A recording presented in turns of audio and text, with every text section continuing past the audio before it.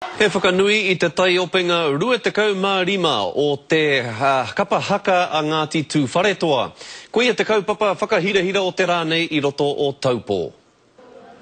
Riparipo ana te tai o Taupō nui ātia I te takahi o te waewae me te tangi o te reo.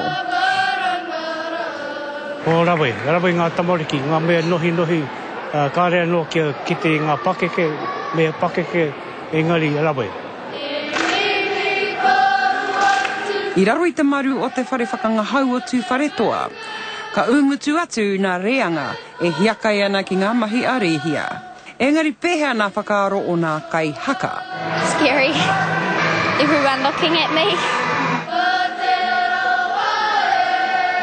Yeah, we've been practicing for ages. We've started off not really good, then got way better. Hoi anō mona pipi hei, ka hore he aha. The singing's just beautiful.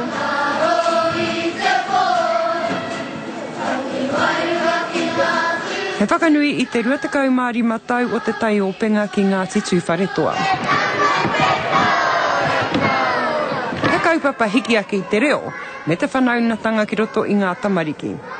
Kei roto anō hoki I te kawe I ngā mahi a rehia, ko tahi atu no te tohu nui rawa atu. Just have fun. Smile.